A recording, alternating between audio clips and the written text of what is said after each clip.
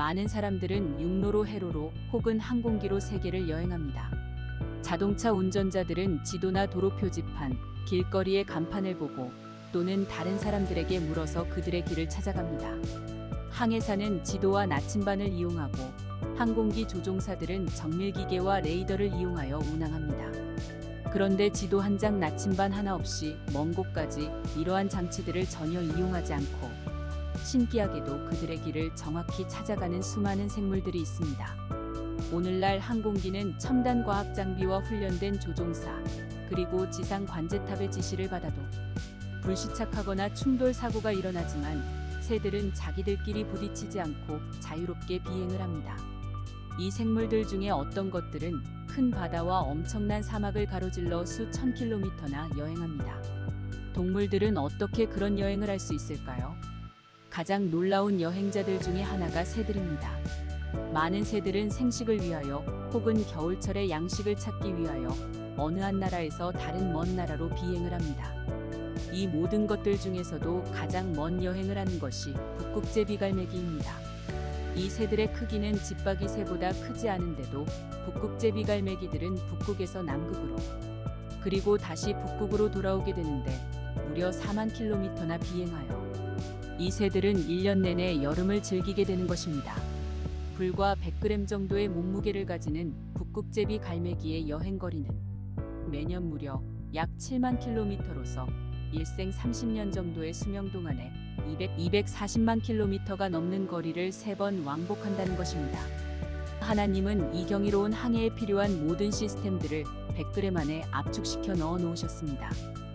북극제비 갈매기는 4월에서 8월, 북극의 여름철에 번식해 10월이면 어느 정도 성장한 새끼와 함께 여름이 시작되는 남극으로 향합니다. 남극에서 겨울을 보낸 다음에는 번식을 위해 북극으로 다시 돌아옵니다. 최소 1만 4천 킬로미터에 이르는 북극과 남극 간 머나먼 거리를 1년에 2번이나 오가는 셈입니다. 내비게이션 시스템, 연료 시스템, 원격 감지 시스템, 파워 시스템, 안정화 시스템, 수많은 시스템들. 이 모든 것들이 통합적으로 일어나야만 하고 동시적으로 일어나야만 항해할 수 있는 거리입니다. 그래야만 이 새들이 적절한 시간에 육지에 도착해서 먹이를 먹을 수 있는 것입니다. 더욱 놀라운 것은 이러한 모든 경이로운 시스템들에 대한 정보가 암호화되어 세포 수준으로 초압축된 후에 다음 세대로 전달되어서 태어난 새끼들은 부모와 똑같은 방법으로 경이로운 항해를 할 수 있다는 것입니다.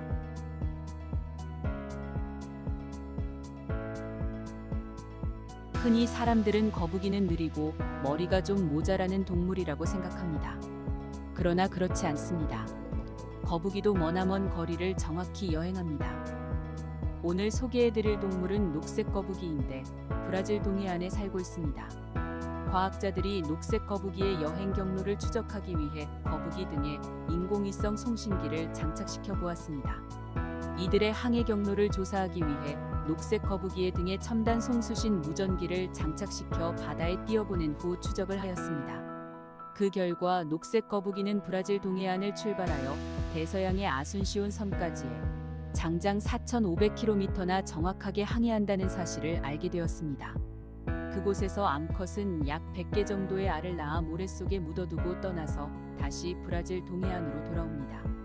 모래 속에 묻혀있던 알에서 일주일 정도 지나면 새끼 거북이가 나오게 됩니다. 새끼 거북은 태어나자마자 바다로 향해 달려가서 그 순간부터 이들은 홀로 기나긴 항해를 시작하여 부모가 살던 브라질 땅으로 돌아가는 것입니다. 한 번도 학습한 적 없고 나침반 하나 없이 말이죠.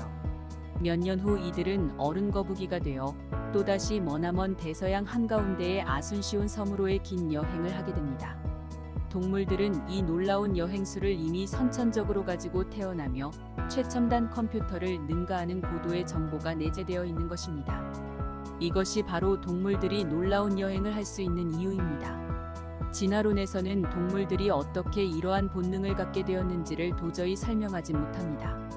왜냐하면 동물들이 어떻게 이러한 놀라운 여행을 할 수 있는지를 점진적으로 익히게 된 것이 아니기 때문입니다. 새나 거북이, 나비들이 그들의 부모나 어떤 교육기관에서 여행법을 배운다는 증거는 전혀 없습니다. 그리고 정보라는 것은 아무리 오랜 시간이 지나도 저절로 생기는 일은 없다는 것을 컴퓨터 과학자들이 밝혔습니다. 정보는 정보를 주는 자 없이는 결코 생겨나지 않는 것입니다. 새들이 대양을 가로질러 수천 수만 킬로미터를 비행하여 목적지에 도달하기 위해서는 처음부터 정확한 항로대로 비행해야만 도달할 수 있는 것입니다. 이러한 동물들의 놀라운 여행술은 천지를 창조하신 하나님께서 태초부터 심어주신 본능적 정보에 의한 것입니다.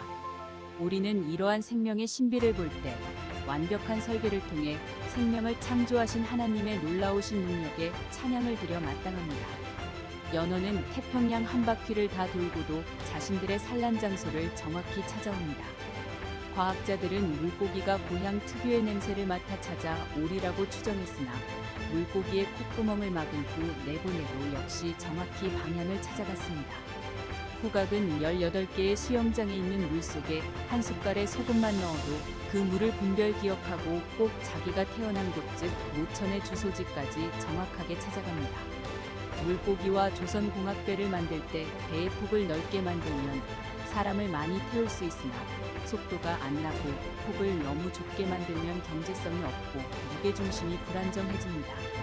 그래서 가장 적합한 배를 만들기 위해 조선공학자들이 많은 연구를 한 결과 배의 유선형의 폭과 길이의 비율은 0.21과 0.30 사이라야 효율적이고 가장 적합하다는 사실을 알게 되었습니다. 그런데 물고기를 연구해보면 거의 대부분의 물고기가 이 비율과 같다는 것입니다. 이와 같이 거의 대부분의 물고기가 조선공학적으로 가장 적합한 비율인 0.21과 0.30 사이에 정확히 맞아떨어집니다. 고래가 0.21, 돌고래가 0.25, 상어가 0.25, 참치가 0.28 등으로 조선공학의 0.21과 0.30의 비율에 정확히 일치합니다. 물고기들이 조선공학을 공부한 것도 아닌데 어떻게 이렇게 정확하게 균형 잡힌 몸매를 유지하고 있을까요? 물고기는 뭔가 하찮은 존재이어서 다른 동물로 진화되어야만 하는 것이 아니고 물속에서 살기에 가장 적합하도록 설계되어 있는 것입니다. 이것은 하나님께서 물고기가 물속에서 생활하기에 가장 적합하게 조선공학적 설계 기술을 물고기에게 주입시켜 놓은 사실을 알 수 있습니다. 신이 없다고 하는 사람들 즉 무신론자들은 인간이 만든 어떤 시스템 장치보다 정교하고 정확한 유전적 정보를 가진 경이로운 동물들이 어떻게 이 땅에 존재하는가에 대해서 분명한 해답을 내놓아야 할 것입니다. 성경은 분명히 말씀하고 있습니다. 그 해답에 대해서 말입니다.